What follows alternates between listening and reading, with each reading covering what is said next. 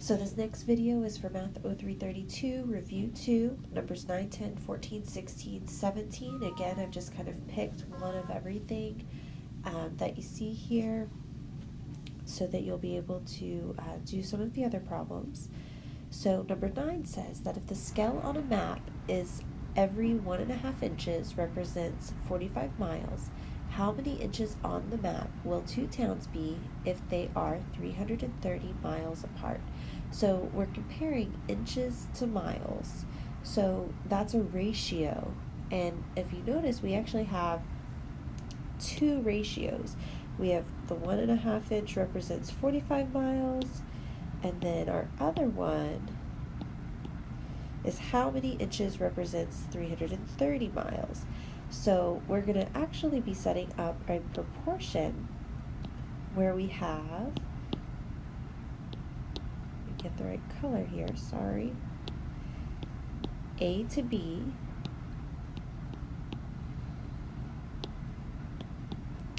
equals A to B. So notice that if I put A in the top on the left side, the green, the A has to be on top on the right side here in the orange.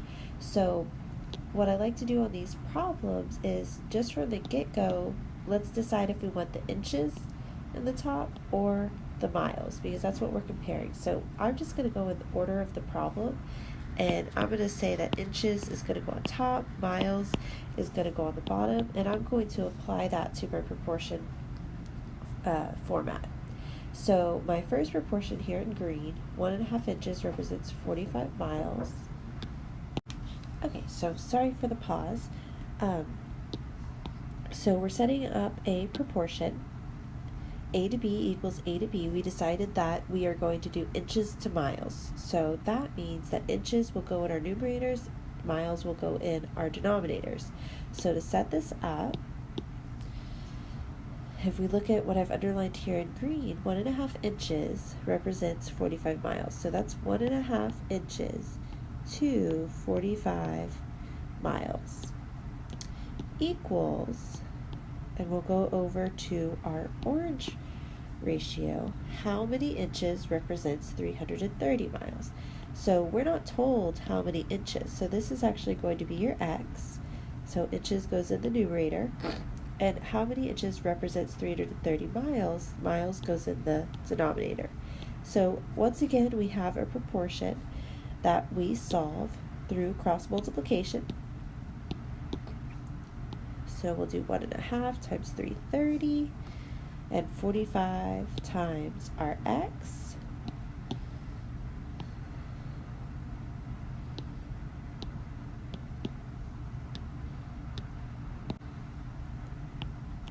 So when I do 1.5 times 330, I get 495 equals 45 times x is 45x. And then to solve, we will need to divide both sides by 45 so that we can get this x by itself. And that leaves us with x equals 495 divided by 45, which is 11. So we want to think about units. We were asked how many inches, so we just found out that it's 11 inches.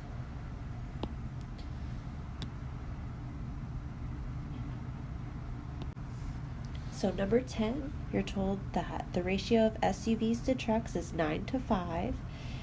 If there are 70 trucks in the neighborhood, how many SUVs are there? So again, we have two ratios. We have our SUVs to trucks, which is 9 to 5. And then we need to expand upon that to figure out how many SUVs there actually are. So there's 70 trucks, so that would indicate how many SUVs. So that will be our second ratio here.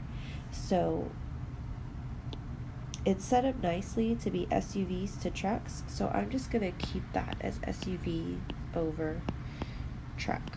So that means our SUV numbers will go in our numerators, trucks will go in the denominator. So for my first ratio, SUVs to trucks is 9 to 5, so that's 9 SUVs for every 5 trucks. That's going to equal, and we'll look over here, 70 trucks, how many SUVs? So 70 trucks, we see that trucks is in the denominator, so we want to make sure we put the 70 down here. So just because it came first doesn't necessarily mean it's going to go on top, so be careful. And we want to know how many SUVs. So we're looking for SUVs, that's going to be our X. And then we need to, again, cross multiply.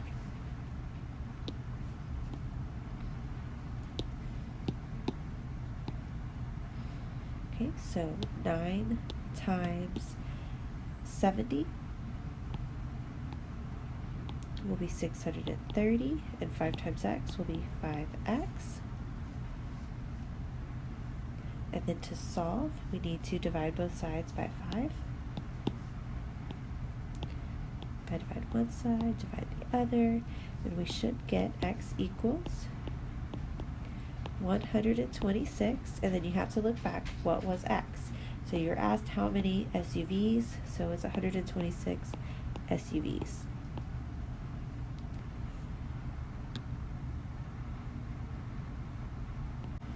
So number 14 asks you to estimate the number of glasses of water that you drink in a day, and how much water would you drink in a year?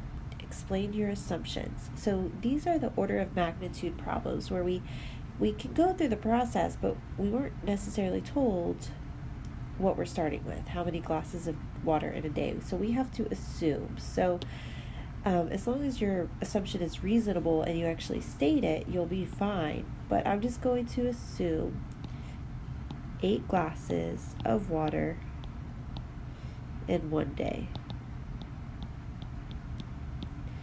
And then we're trying to get from one day to water in a year. So we need to go through some conversions. So I always like to write where I start.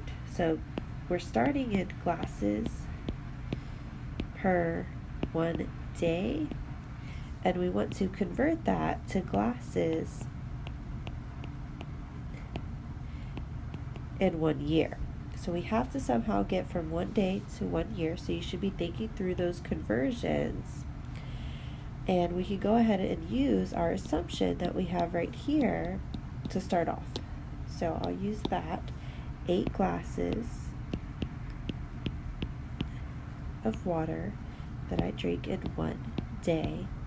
And the best way to get from days to years is to use the fact that there's 365 days in 1 year. So we're going to use this conversion over here. So notice that I'm trying to get rid of my days. So days is down here in the bottom, and if I want to cancel it, I'm going to have to put days in the top. So my 365 days will go in the numerator, 365 days, and that equals 1 year. So notice that days cancels, and I'm going to be left with glasses per year, which if you look up here in green, glasses per year is what I wanted. So now I know that I'm done, and to multiply fractions, I just go straight across. So you'll do 8 times 365 to get 2,920, and then 1 times 1 is just 1, so it's really 2,920 glasses of water.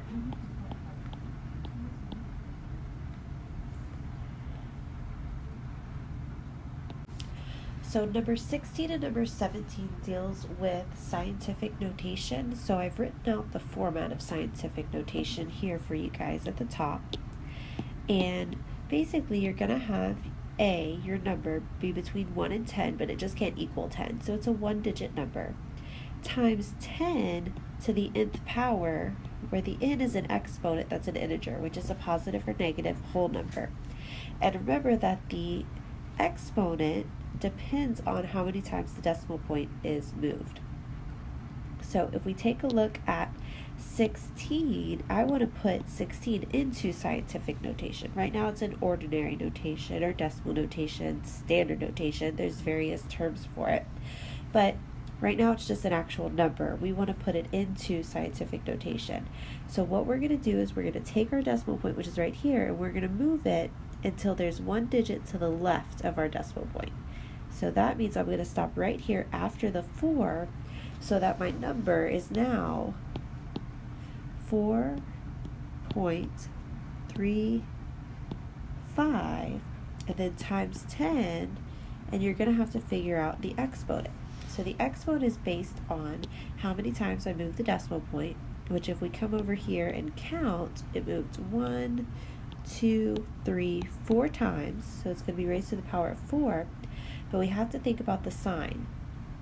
So if we look at our number, we have 4.35 right here. If I wanted to get it back to what it started as, I would have to move the decimal point to the left. Therefore, this will mean a negative exponent. So taking a look at 17, we're actually going the other way. We are given scientific notation, and we want to put it into ordinary notation, meaning we just want to know what the actual number is. So we're going to still start with our decimal point, and the exponent is going to tell me how many times to move it and what direction. So the 6 is positive, so that means I'm going to go 6 units to the right. So we are going to have 4.5, put it over here,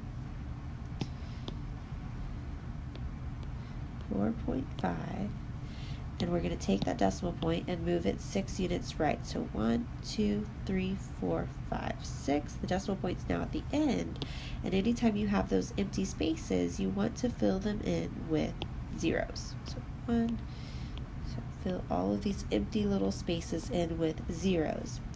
So to write our final number, we have 4, 5, 0, 0, 0, 0, 0, which is 4,500,000. Now you can put the decimal point at the end, but since it's at the end of a whole number, it really doesn't change its value. So you don't actually need to write that. So this would be our final answer.